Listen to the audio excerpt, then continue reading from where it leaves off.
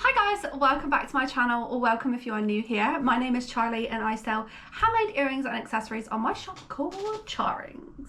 So today we're going to be doing a little Q&A. I thought why not sit down and just have a little chat and answer some of your questions. I asked you guys on Instagram, if you're not following already, it's in the description, but I asked you on Instagram for any questions you may have, business related, Charrings related, whatever questions you had, I was there to answer. So we've got a few of them, so I'm just going to get started. So the first one's from Millie. She said, what made you want to start your business? I recently uploaded a YouTube video actually of my full journey from start to finish. So it might be worth checking that one out if you want to know more about how I started and everything, because there's a lot of information over there. I will link it up here or here, I think it's here.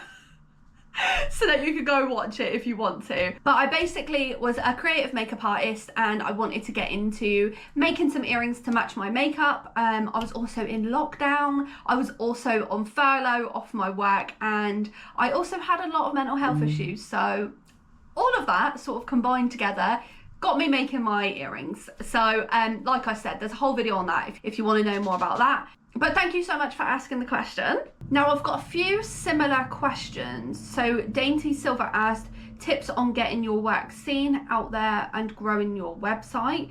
I've got Sheridan who said, what social media platform do you think has helped and how often do you post? And I've got Rosemary Hayes saying, do you get more customers from TikTok and Instagram? I'm struggling to balance both. So all of them are quite similar. So I'm going to sort of group them into one question. Firstly, I'd say use a mixture of social media if you can. I think social media is a massive, massive part of owning a small business, because that's where you're going to get all your orders from. Even if you're not massively into social media, I would do the research and get into it, because at the end of the day, if you're not promoting anywhere, unless you're going to pay for a lot of marketing, then it's your best way of getting people to find you. Now, I don't have a specific one that's best for me. I don't get really many orders at all from YouTube, I don't think, so I wouldn't count that. I've also recently just started. This is more for like tips, behind the scenes, stuff like that. I don't really use this platform as like a sales perspective. I more see this as a bit of fun on the side for me. I love doing YouTube videos. I don't know why, I just really enjoy it. So that's sort of what I have put this for. I love making thumbnails. I love editing videos. I love making the videos. So for me, that's sort of what YouTube's about. For TikTok, I post daily on TikTok. I have them for months. I also go live on TikTok. Live, the feature is amazing. If you're worried about doing it, just do it, because if you don't start, you never will. I've been doing it for about a year now, going live on TikTok. And at the beginning, I was getting one viewer every single time, but you just need to keep doing it and new viewers will come. They'll come. I now have a lovely community. I still only get about 70 odd people in my live, average of like it could be between 30 and 70, to be honest. I've not got over 100 yet, and I've been doing it a year. So but some people get hundreds and hundreds. But I would definitely recommend, because people can see that you're a legit company. They get to know you as an owner, as a business. They get to see behind the scenes a bit more. They get to actually see what's involved in creating your products. I would just think that going live is really important to grow your business, if that's the route you want to go down. You don't have to. Posting daily is what I do. You don't have to post daily, but just stay consistent. At least post often and put some time and effort into your videos, rather than just doing like quick little edits constantly, because there's no effort put into that. But if you actually put the effort to show like the process of making something or packing orders or anything like that, I think it just does help with people finding you. Instagram, I'm not too big on Instagram. I use it and I always have. The only thing I would say for Instagram is I like to send everybody over to Instagram. You can see sneak peeks on my stories. You can see people wearing my earrings. You can see people's reviews over on there that I post on there. You can see sneak peeks behind the scenes, giveaways, anything like that is all on my Instagram. So that one's a bit more personal. You can see me at my best and my worst. So I wouldn't say, again, that's like my main place for sales, although I probably get a bit of a trickle from each, but I would say my main one's probably TikTok. Focus on TikTok. That's my personal opinion. They do the best at getting the algorithm out there and getting you found by everyone and anyone. Tips on growing a website, that aspect of the question, I can do a whole new video on that because I feel like that's quite a big question actually, but I would just say Shopify or Wix are like the best ones in my opinion. They're the ones that pretty much everyone I know is on. So I would recommend one of them, and they're really easy to use. Once you get learning, you'll learn your own way and you can create your own website through that. You do need to keep in mind you have to pay monthly. You also want to buy a domain. Mine is just charings.com for my website, so you don't want like wix.com/ or anything like that. Like for me, it's just very easy. You type in charings on Google and I'll be there. Balancing both Instagram and TikTok, I would recommend, this is what I do a lot of the time. So I'll film a video, I'll edit it in CapCut, then I'll post it on TikTok. This is long-winded, but just trust me. And then I'll copy the link and post it into, you can use a website called Snaptic. Now, if you post it into there and download it from there, it takes the TikTok watermark off your video. So then you can upload it to YouTube Shorts, Instagram, and you've got the same content then. Don't worry about using too many hashtags either. Like, just don't worry about that. I don't know how much of an impact the hashtags make to your business. I've done a lot of research on it, and to be honest, everybody basically says that there's no real stats to say that hashtags even work. So I know Sheridan asked how often do I post. I post daily on all social media. So I post daily on TikTok, I post daily on YouTube Shorts, daily on Instagram, and I post twice a week on my main YouTube videos. So it's a lot of work to post daily, I will be honest. I enjoy content creating. I feel like that is like a big aspect of my work. So I don't mind doing it, but it does take a lot of time. It takes a lot of editing. It takes a lot of time out of your day to do it. So you can either bulk do it, so you can film loads in one go and just change your outfit as you go, stuff like that. I do that sometimes, or I film as I go. So like you can do the process of making something. That way you're already making it, but you're just taking a little bit of extra time to film the process. I usually make a few videos and then I'll sit down and edit them all in one go. So then it's just done. Emma Lou asked how to take product photos, please. So again, I've got another video. It's the Halloween launch one. If you go and check that out, you can actually see the behind the scenes of me doing photo shoots for the launch. I do nothing special. I've got no camera, I've got no lighting. I have got lighting, I just don't use it. I don't like the way it looks in my photos. I prefer natural lighting. I go outside into my garden, I'll sit on my decking, I'll take a crate full of my earrings and any props that I want to use. So for Halloween, I took some of my plants from my room, just anything that's like Halloweeny. I took it all outside, I sat on my floor, I waited for a day which had natural lighting, and I just sat there and I took them on my phone. That's it. And then I just edit them a little bit to up the brightness if it needs it. Sometimes it doesn't. Sometimes I'll just up the brightness a little bit, up the saturation a bit so the colors pop, because sometimes it takes it away from it when you take pictures on an iPhone. And that's it. Nothing special behind the scenes at all. Maybe I can do a full video on that so that you can see exactly my process of doing it, but that's all I do. Zara has asked, what's your favorite part of owning your own small business? This is very easy for me. It's being my own boss and having no one to tell me what to do. I don't know why, but I hate when people tell me what to do, and it makes me really not want to do it. So for me, definitely being my own boss, having my own freedom. If I want a day off today, I'll have a day off.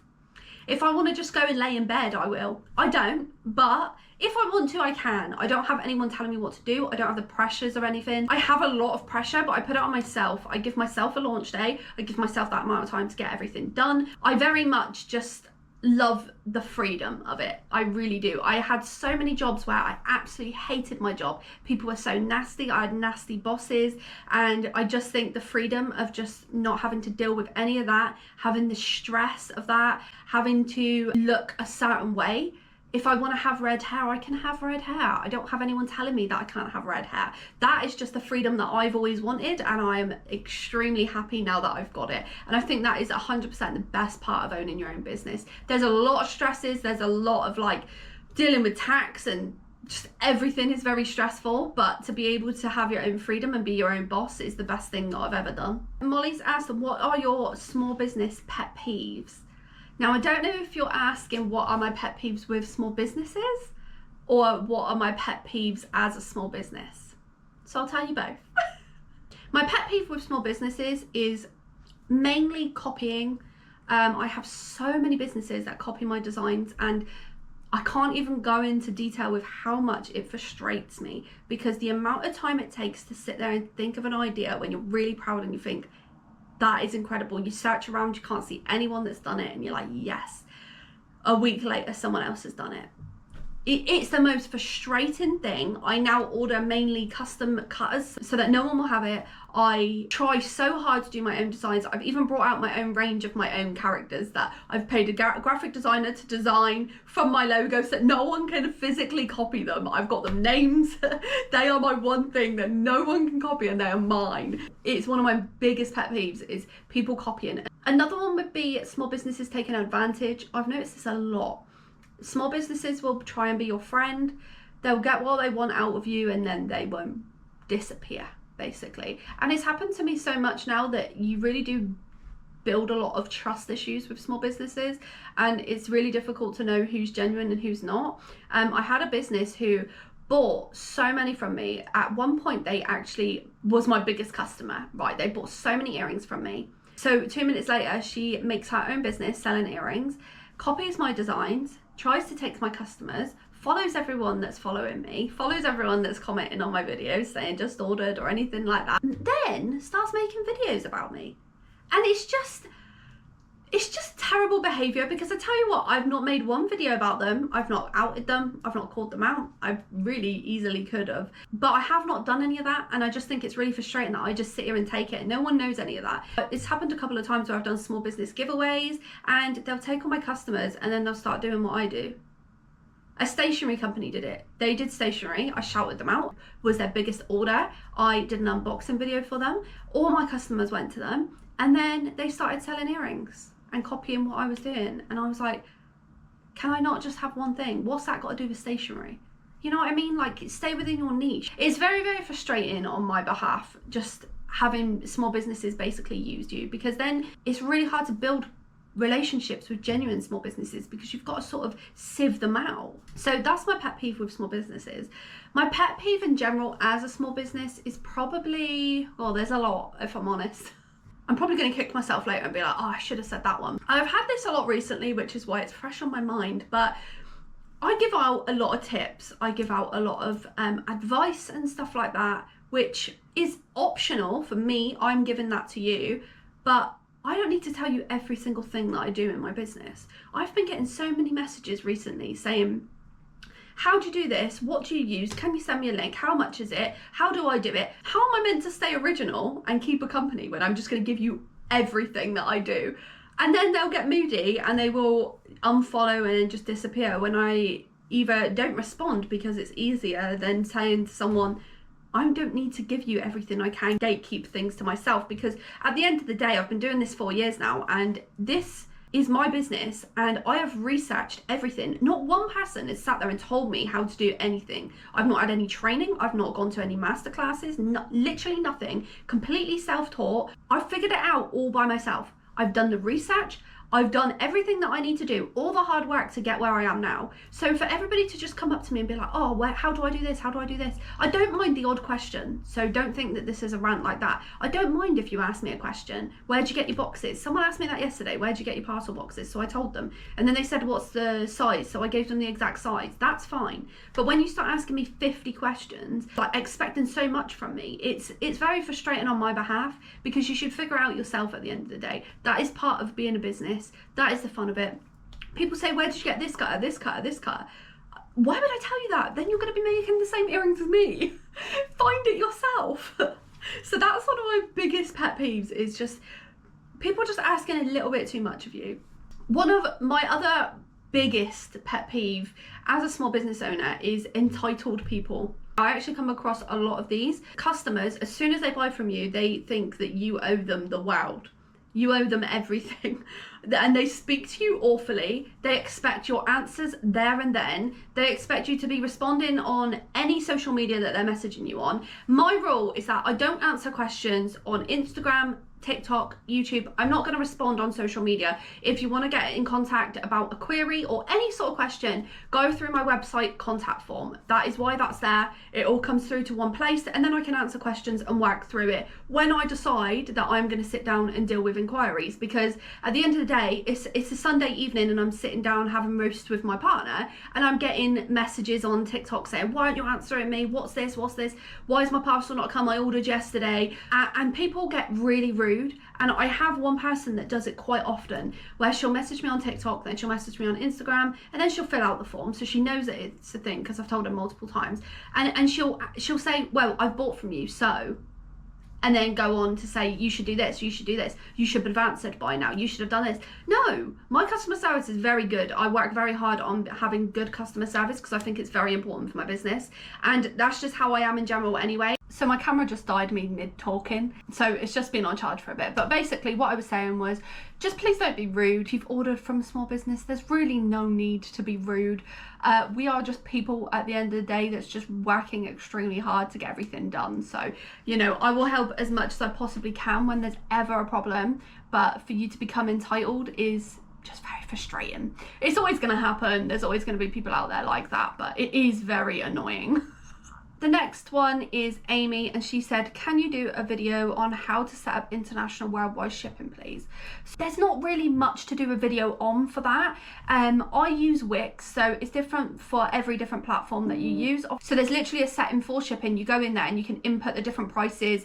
You need to figure out the weight of your parcel, the size of your parcel, and then go onto the Royal Mail website if you ship through them. Obviously there's loads of different couriers, so it depends who you're using, whether it's like Every or whoever else. So you can go onto the Royal Mail website, and on there is options for how much shipping is. So for me, I use small parcels and large letters. They're both different sizes, they're both different weights, so it completely depends.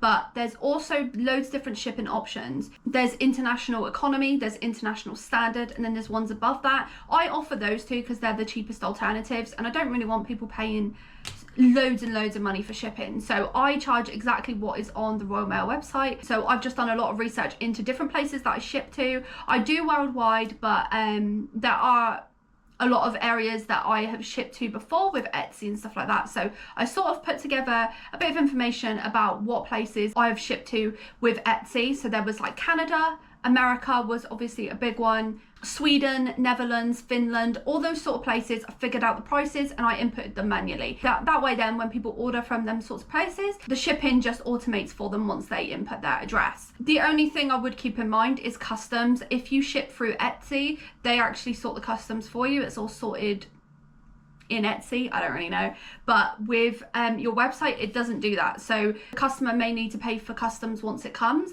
so maybe just keep that in mind as well. That is all the questions that I have. I will also say that the Christmas collection is coming on the 1st of November. This video might be out before, after, or potentially even on that day. So if it is out already and it's past the 1st of November, our Christmas collection is now available. If not, it's not available, but it will be on the 1st of November. We've got so many earrings coming. I cannot wait to get it launched and for you guys to be able to shop for some Christmas gifts and of course for yourself. If you've enjoyed this video, please give it a like, comment down below what else you want to see, and do subscribe to my channel if you want to see more like this. Also in the description is my Instagram, my TikTok, and lots of other places. There's also my Amazon favorites, so you can see what I use for my business and buy that if you need it. There's also my Amazon wish list. No one's ever bought from it. I don't expect anyone to ever buy from it, but the option's there if you ever wanted to buy me anything and just support my business. I've never promoted any of these things, I just thought I would. But yeah, there's also buy me a hot chocolate. It's my favorite drink ever. I love a hot chocolate, and especially with Christmas coming up, if anybody wants to just support my business a little bit extra, I will go out and get a hot chocolate, and I'll put a picture on my story. But thank you so much for watching, guys. I'll see you in my next one. Bye.